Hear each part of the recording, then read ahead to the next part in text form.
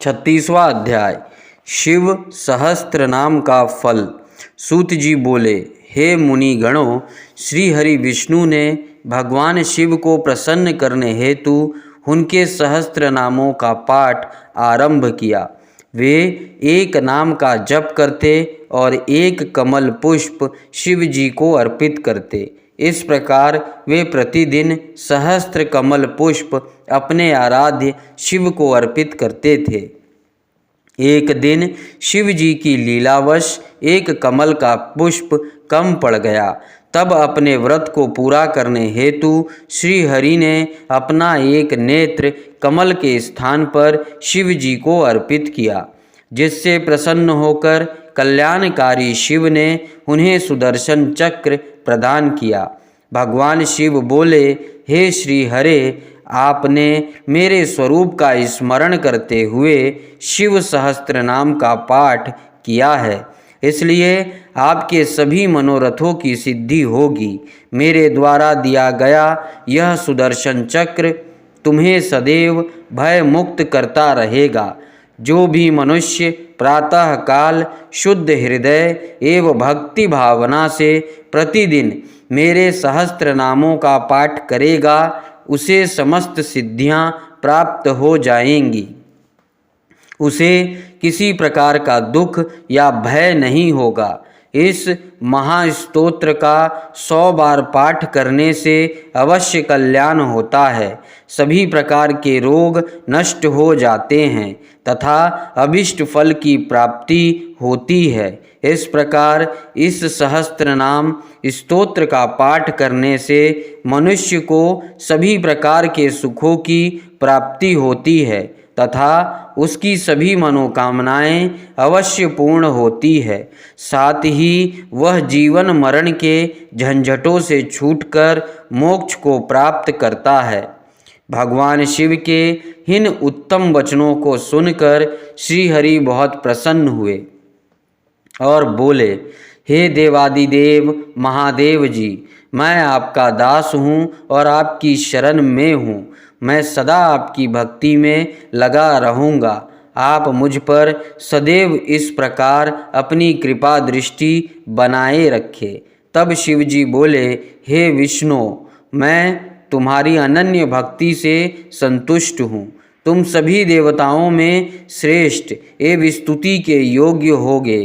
तुम इस जगत में विश्वम्भरः नाम से विख्यात होगे। यह कहकर शिव जी वहाँ से अंतर ध्यान हो गए। भगवान श्री हरि विष्णु भी वरदान से प्रसन्न होकर अपने आराध्य शिव जी का धन्यवाद करते हुए वैकुंठ लोक को चले गए। फिर वे प्रतिदिन शिव जी के सहस्त्र नाम स्तोत्र का पाठ करने लगे और अपने भक्तों को भी इसका उपदेश दिया। हे मुनिगणों, इस प्रकार मैंने आपको शिव सहस्त्र नाम स्तोत्र का फल बताया। इसे पढ़ने अथवा सुनने से सभी पापों का नाश हो जाता है। 37वां अध्याय शिव भक्तों की कथा। सूत जी बोले, हे मुनियों, अब मैं आपको भगवान शिव की उपासना की एक कथा बताता हूँ। यह कथा एक बार ब्रह्मा जी ने देव ऋषि नारद जी को सुनाई थी।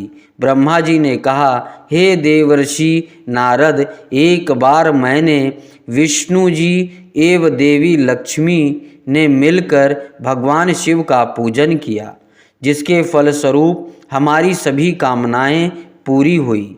भगवान शिव का पूजन तो दुर्वासा, विश्वामित्र, दधीचि, शक्ति, गौतम, कर्ण आदि, भार्गव, बृहस्पति, वैशंप्यायन, पराशरः, व्यास, उपमन्यु, याज्ञवल्क्यः, जैमिनी, गर्ज आदि अनेक महामुनि सदा किया करते हैं।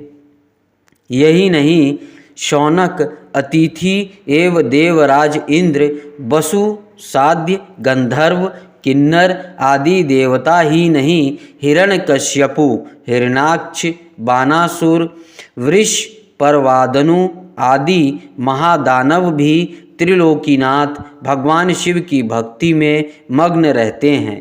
वासुकी, शेष, तक्षक, गरुड़ आदि पक्षीगण भी शिव जी के परम भक्त हैं और उनका पूजन करते हैं। सूर्य, चंद्र, स्वयंभू राजा मनु, उत्तानपाद, ध्रुव, ऋषभ, भरत आदि अनेक गणमान्य कीर्ति प्राप्त महाराज और सम्राट भी शिव जी के परम भक्त हुए हैं। राजा दिलीप रघु नीतिज्ञ गुरु वशिष्ठ की आज्ञा से अयोध्या के सूर्यवंशी राजा दशरथ ने अपनी रानियों के साथ भगवान शिव जी का पूजन किया था। तब सर्वेश्वर शिव ने अपनी कृपा दृष्टि उन पर कर अपना आशीर्वाद प्रदान किया था।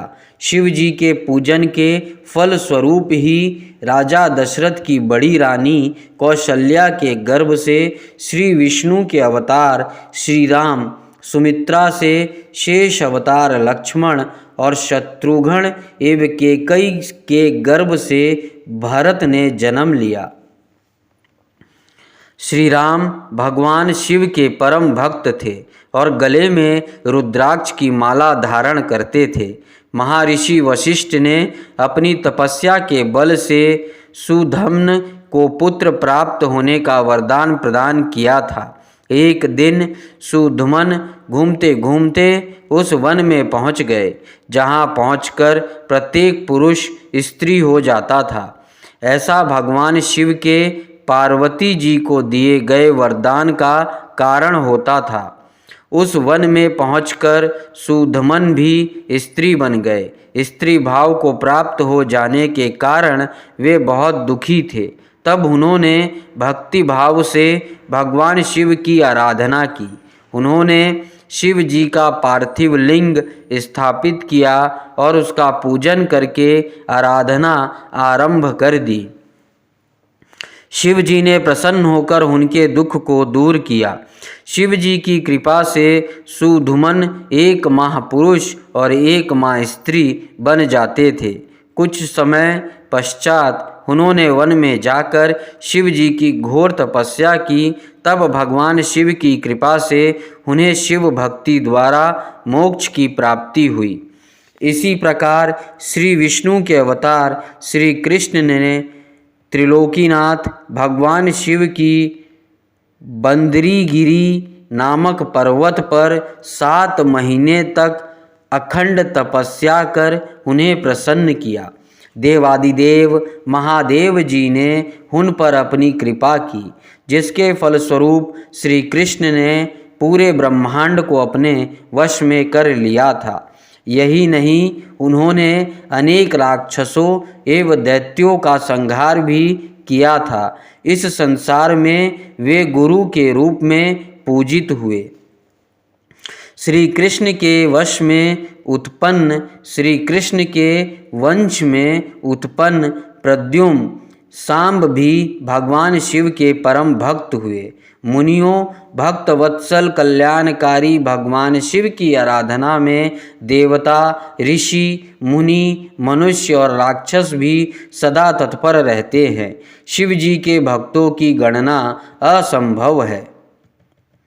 हर हर महादेव। ओम नमः शिवाय।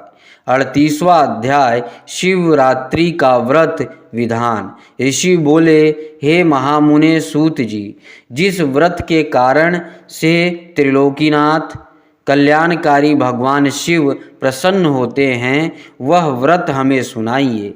तब ऋषियों के प्रश्न को सुनकर सूत जी बोले, हे ऋषि गणों, पूर्व काल में एक बार माता पार्वती ने भगवान शिव से ये प्रश्न पूछा कि स्वामी, किस विधि एवं व्रत से संतुष्ट होकर आप अपने भक्तों को भोग और मोक्ष प्रदान करते हैं। तब सर्वेश्वर शिव बोले, हे देवी, मुझे प्रसन्न करने एवं भोग मोक्ष प्राप्त करने के लिए तो अनेकों व्रत हैं। वेदों को जानने वाले उत्तम महर्षि 10 उपवासों को अधिक महत्वपूर्ण मानते हैं। इन व्रतों का विधि विधान मैं आपको बताता हूँ। प्रत्येक महीने की अष्टमी को व्रत करें। तथा रात के समय ही व्रत को खोलकर भोजन ग्रहण करे, परंतु कालाष्टमी पर रात में भी भोजन ना करे। दिन के समय व्रत रखकर मेरा पूजन करे और रात्रि के समय भोजन ले। शुक्ल पक्ष की एकादशी को रात में भी भोजन ना करे। इस प्रकार शुक्ल पक्ष की त्रयोदशी में रात को भोजन करे, परंतु कृष्ण पक्ष की त्रयोदशी पर रात में भी भोजन ना करे। इन सभी व्रतों में शिवरात्रि का व्रत सर्वोत्तम माना गया है। शिवरात्रि का व्रत फाल्गुन माह के कृष्ण पक्ष में होता है। इस दिन प्रातः काल जल्दी जागे, नित्य कर्म करने के पश्चात शिव मंदिर में जाकर विधि पूर्वक भगवान शिव का पूजन करने के पश्चात उनसे प्रार्थना करे कि हे नीलकंठ, मैं आज इस शिवरात्रि के उत्तम व्रत को धारण कर रहा हूँ। आपसे मेरी कामना है कि आप मेरे व्रत को निर्विघ्न पूर्ण करें। काम, क्रोध, शत्रु आदि मेरा कुछ ना बिगाड़ सके। भगवान आप सदा मेरी रक्षा करें। इस प्रकार संकल्प ले। तत्पश्चात रात होने पर पूजन की सभी सामग्री को एकत्रित कर ऐसे शिव मंदिर में जाए जहाँ शिवलिंग की प्रतिष्ठा शास्त्रों के अनुसार की गई हो। शरीर को स्नान से शुद्ध करके स्वच्छ वस्त्र पहनकर आसन पर बैठकर भगवान शिव का पूजन करे। 108 बार शिव मंत्र का उच्चारण करते हुए जलधारा शिव जी को अर्पित करे। इसी जलधारा से अर्पित की गई वस्तुओं को नीचे उतारे। तत्पश्चात गुरु मंत्र का जाप करते हुए शिव जी को काले तिल चढ़ाए। भव, शर्व, रुद्र, पशुपति, उग्र भीम, महान भीम, ईशान नामक 8 शिव नामों का उच्चारण करते हुए कमल और कनेर का फूल शिव जी पर चढ़ाए। फिर धूप, दीप और नैवेद्य अर्पित कर उन्हें नमस्कार करे। जप हो जाने पर धेनु मुद्रा दिखाकर जल से उसका तर्पण करे। तत्पश्चात विधि पूर्वक विसर्जन करे। इस प्रकार रात्रि के पहले पहर में पूजन करे। रात्रि का दूसरा पहर होने पर पुनः शिवलिंग पर गंध, पुष्प आदि द्रव्यों द्वारा सर्वेश्वर शिव का पूजन करे। 216 शिव मंत्र का जाप करते हुए पार्थिव लिंग पर जलधारा चढ़ाए। तिल, जौ, चावल, बेलपत्र, अर्घ्य, बिजोर आदि वस्तुओं से पूजन करना चाहिए। तत्पश्चात खीर का नैवेद्य अर्पित करे तथा पुनः शिव मंत्र का जाप करे। ब्राह्मणों को भोजन कराए और संकल्प करे। फल और फूल अर्पित कर उसका विसर्जन करे। तीसरे पहर में ही विधि विधान से पूजन करे, परंतु इस पहर में जो की जगह गेहूँ और आँख के फूलों से पूजन करे। पूजन के पश्चात कपूर से आरती करे। अर्घ्य के रूप में अनार अर्पित करे। फिर ब्राह्मण को भोजन कराए और संकल्प ले। चौथा प्रहर आरंभ होने पर शिव जी का आवाहन करके उड़द, कंगनी, मूंग व 7 धातुओं शंख, फूल एवं बिलव आदि के मंत्र जाप करते हुए अर्पित करे। तत्पश्चात केले एवं अन्य फल मिष्ठान अर्पित करे और जप करे। फिर सामर्थ्य के अनुसार ब्राह्मणों को भोजन कराने का संकल्प करे। सूर्योदय तक उत्सव करे। फिर स्नान करके भगवान शिव का पूजन करे। तत्पश्चात संकल्प किए हुए ब्राह्मणों को बुलाकर भोजन कराए। फिर शिव जी से प्रार्थना करे, हे दया निधान, कृपा निधान, देवादिदेव भगवान शिव, मैंने जाने अनजाने आपकी भक्ति में तत्पर हो आपका व्रत और पूजन किया है। आप मुझ पर कृपा कर इस पूजन को स्वीकार करें। हे प्रभु, मैं चाहे जहाँ भी रहूँ, मेरी भक्ति सदा आप में रहे। यह कहकर पुष्पांजलि अर्पित कर ब्राह्मण को तिलक लगाए और उसके चरण स्पर्श कर आशीर्वाद ले। इस प्रकार विधि पूर्वक किए गए शिवरात्रि के व्रत का बहुत अधिक महात्म्य है। इस व्रत से शिव जी के सानिध्य की प्राप्ति होती है और मोक्ष पाकर वह मनुष्य सांसारिक बंधनों से छूट जाता है। इस उत्तम व्रत का महात्म्य श्री पार्वती जी एवं श्री हरि विष्णु ने भी सुना। फिर शिव महिमा का गुणगान करते हुए वे बैकुंठ लोक को चले गए और वहां जाकर विष्णु जी ने लोक कल्याण हेतु इस महाव्रत को किया। 39वां अध्याय शिवरात्रि व्रत उद्यापन की विधि।